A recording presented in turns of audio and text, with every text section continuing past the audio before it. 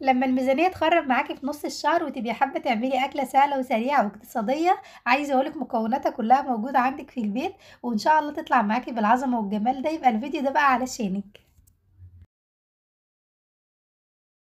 النهارده ان شاء الله هنعمل مع بعض فطيرة البطاطس بقى الرهيبة اللي انتوا شايفينها قدامكم دي بدون فرن، وبطريقة سهلة جدا وخطوات بسيطة، وبإذن الله هتطلع معاكي زي ما انتوا شايفين كده بقى عظمة او فوق العظمة بمراحل. بجد والله يا جماعة طعمها حلو جدا، وبإذن الله المقادير بتاعتها كمان سهلة جدا جدا وموجودة عندك في مطبخك. هنسمي الله ونصلي على الرسول عليه الصلاة والسلام، وندخل بقى على المقادير بتاعتنا على طول. بما انها بقى فطيرة بطاطس فاكيد هنستخدم بطاطس. معايا هنا تقريبا يعني 4 بطاطسيات، الحجم بتاعهم كان وسط، قطعتهم مكعبات صغيرة خالص، وكمان 3 او 4 فلفليات رومي اخضر واحمر قطعتهم برضو مكعبات، و3 بصليات كده صغيرين قطعتهم مكعبات، لو عندك بصلاية كبيرة استخدميها. وهيبقى معايا كمان 4 بيضات وملح وفلفل وكمان شوية من البابريكا. وهي دي بقى كل المقادير بتاعتنا، شايفين بقى سهلة ازاي.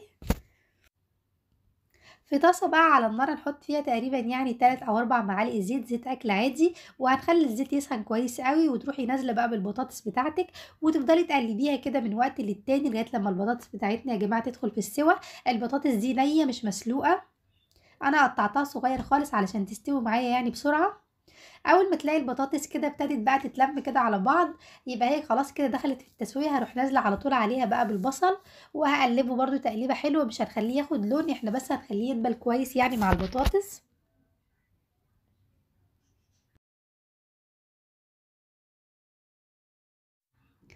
اخر حاجه بقى بتضيفي كده الفلفل اللي هو الرومي ده، على فكره يا جماعه مش ملون، ده فلفل رومي عادي خالص، انا جبت قرنين حمر وقرنين خضر وقطعتهم كده.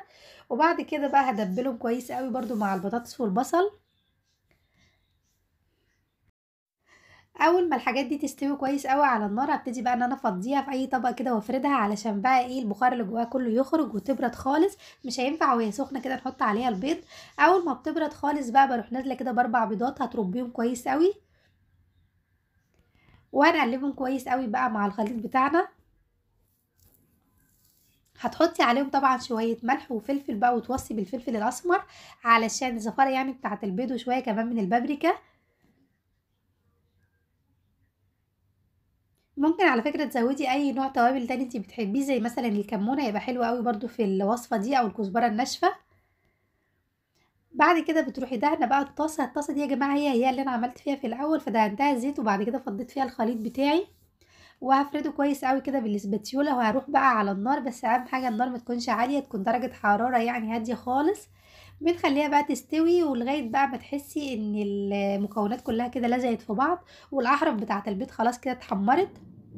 بتحرري الجوانب بقى بالاسباتيولا بتاعتك علشان بعد كده نقلبها يعني وتتقلب معانا بسهوله وما تلزقش في الطاسه. زي ما انتم شايفين كده ما شاء الله بتتقلب بقى بكل سهوله. هننزلها في الطاسه بقى للمره التانية، وتسيبيها برضو حسبة دقيقتين 3، وبعد كده بتروحي بقى شايلاها من على النار وتحطيها على طبق التقديم بتاعك. بتزينيها بقى بالكاتشب، ممكن تحطي عليها كمان مايونيز، وبتقطعي منها كده بقى وبتاكلي منها بألف هنا وشفا. طب هي دي يا ام عبد الله بتتاكل كده، ممكن تاكليها كده بالشوكه، وممكن برضو تعمليها يعني سندوتشات، تقطعيها كده شرايح رفيعه وتحطيها في العيش الفينو، عايزه اقول لكم بتبقى جميله قوي قوي جنب الشاي بلبن. ان شاء الله يا حبايب قلبي هتجربوها هتعجبكم جدا. هي يعني بصوا بتبقى طعمها كده قريب خالص من العجة بتاعة البطاطس، بس في نفس الوقت متنكرة كده في شكل البيتزا، فهي ان شاء الله تعجب ولادكم قوي. لو وصلت لغاية هنا متستخسريش فيا اللايك، واعملي لي كمان متابعة لقناتي علشان ان شاء الله يوصلكوا كل ابداعاتي. بحبكم في الله، متنسيش بقى في الدعاء. مع السلامة.